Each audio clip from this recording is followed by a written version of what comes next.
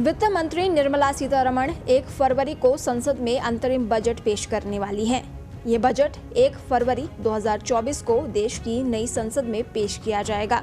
सबको इंतजार रहेगा कि वित्त मंत्री इस बार किसे क्या तोहफा देती हैं। लेकिन सबसे ज्यादा इंतजार नौकरी पेशा को होता है, जिन्हें उम्मीद होती है कि शायद टैक्स में कुछ छूट मिल जाए।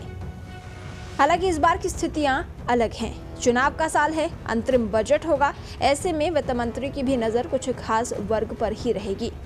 एक्सपर्ट्स मानते हैं जो 10 साल में नहीं हुआ वो शायद इस साल होना है, क्योंकि ग्रोथ पटरी पर है, महंगाई पर काबू पाना है, ब्याज दरें कम करनी है। इन सब के लिए टैक्स पेयर्स का रोल काफी बड़ा है।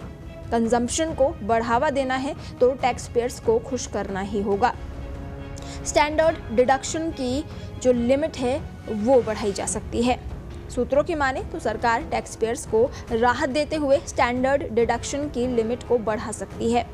फिलहाल 50,000 रुपए का स्टैंडर्ड डिडक्शन है, इसे बढ़ाया जा सकता है।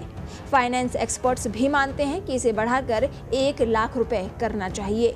ऐसी स्थिति में सरकार इसे बजट विश लिस्ट में शामिल करके राहत दे सकती है। सूत्रों का मानना है कि बजट में सैलरीड और पेंशन होल्डर्स के लिए स्टैंडर्ड डिडक्शन की लिमिट को मौजूदा 50,000 रुपए से बढ़ाकर 75,000 रुपए भी किया जा सकता है। एसोचैम के मुताबिक सैलरीड क्लास के लिए 50,000 रुपए का डिडक्शन कोई बड़ी राहत नहीं है। सभी टैक्स पेयर्स का सैलरी ब्रैकेट एक नहीं होता। ऐसे में बड़ी तादाद में टैक्स पेयर्स के लिए ये राहत काफी नहीं है। इंस्टीट्यूट ऑफ चार्टर्ड अकाउंटेंट यानी ICAI ने भी मांग रखी है कि इन्फ्लेशन इंडेक्स्ड एडजस्टमेंट के हिसाब से स्टैंडर्ड डिडक्शन होना चाहिए। वहीं अगर सरकार आयकर छूट का दायरा 50,000 रुपए बढ़ाकर 7.5 लाख रुपए करती है तो 50,000 के स्टैंडर्ड डिडक्शन के बाद 8 लाख रुपए तक की सालाना आय वाले नौकरी पेशा लोगों को वित्त वर्ष 2024-25 से आयकर नहीं देना होगा। आधिकारिक सूत्रों के हवाले से बताया गया कि वित्त मंत्री सीतारमण इस बदलाव के लिए वित्त विधेयक ला सकती हैं। पिछले साल 2023-24 के बजट में सरकार ने न्यू टैक्स रेजिम के तहत छूट का दायरा 5 लाख रुपए से बढ़ाकर 7 लाख रुपए कर दिया था। मूल छूट सीमा भी पहले के 2.5 लाख रुपए से बढ़ाकर 3 लाख रुपए कर दी गई थी। सरकार ने फैमिली पेंशन के लिए 15,000 रुपए की कटौती भी शुरू की थी।